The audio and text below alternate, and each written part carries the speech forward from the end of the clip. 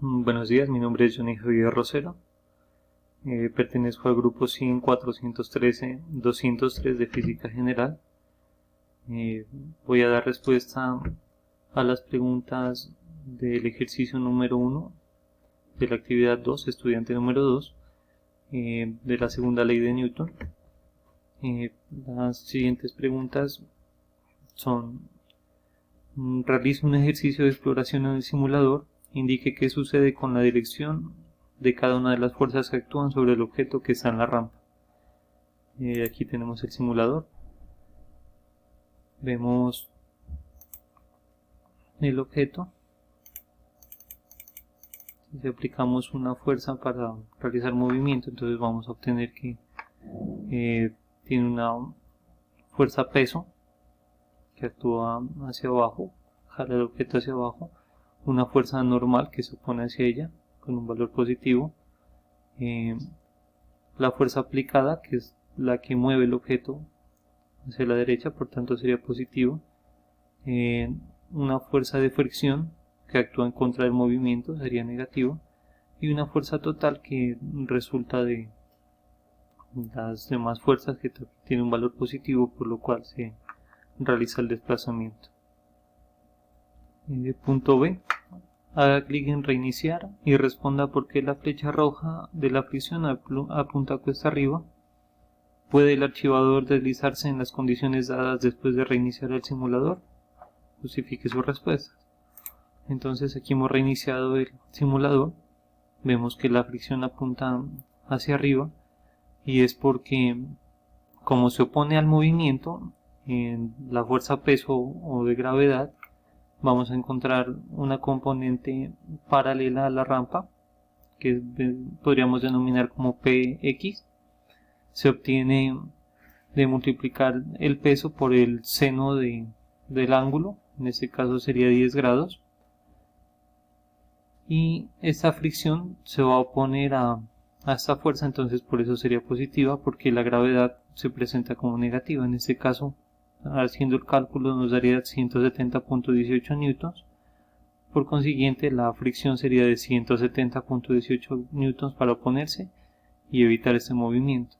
Y para responder la segunda pregunta de este punto B, en estas condiciones no habría desplazamiento, pues las fuerzas se están anulando y tendríamos una fuerza total de 0. C.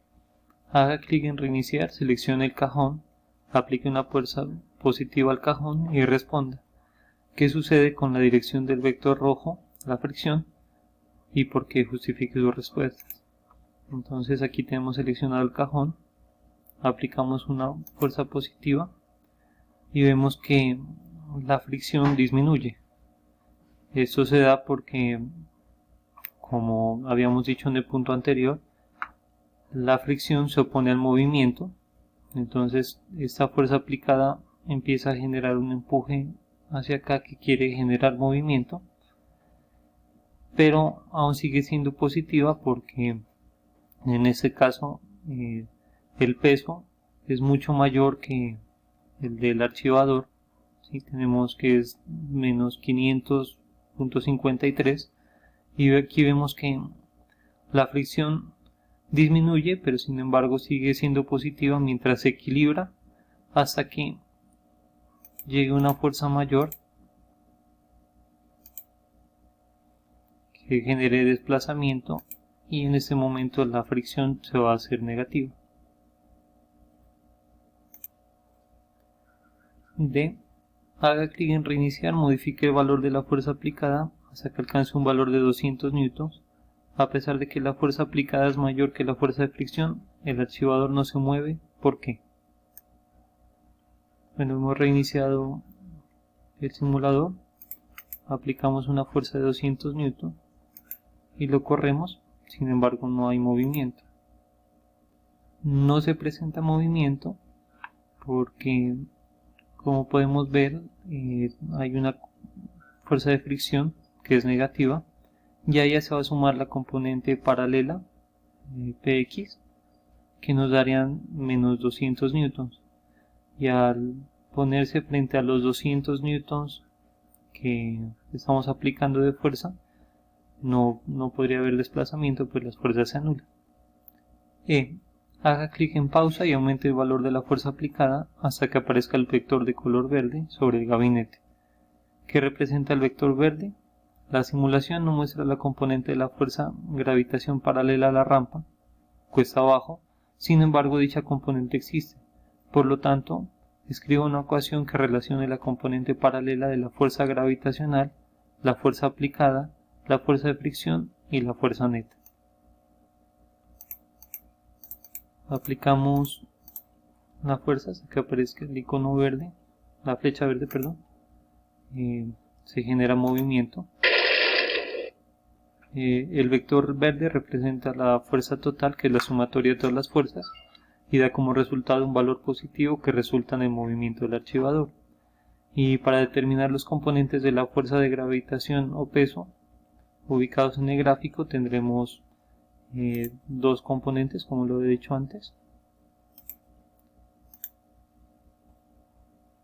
Tendríamos un componente en Y que es perpendicular al objeto y un componente en X que es paralelo al objeto. Entonces, para calcular ese componente en X, simplemente multiplicaríamos el peso por el seno del ángulo, que en el ejercicio es 10, y calcular el de la componente Y, peso por el coseno del ángulo. Para calcular la fuerza de fricción tendremos que es μ por la normal, y al conocer la componente paralela simplemente vamos a hacer una sumatoria de las ecuaciones para decir que la fuerza neta sería la fuerza aplicada menos la fuerza de fricción o de rozamiento menos la componente paralela del peso, que sería Px.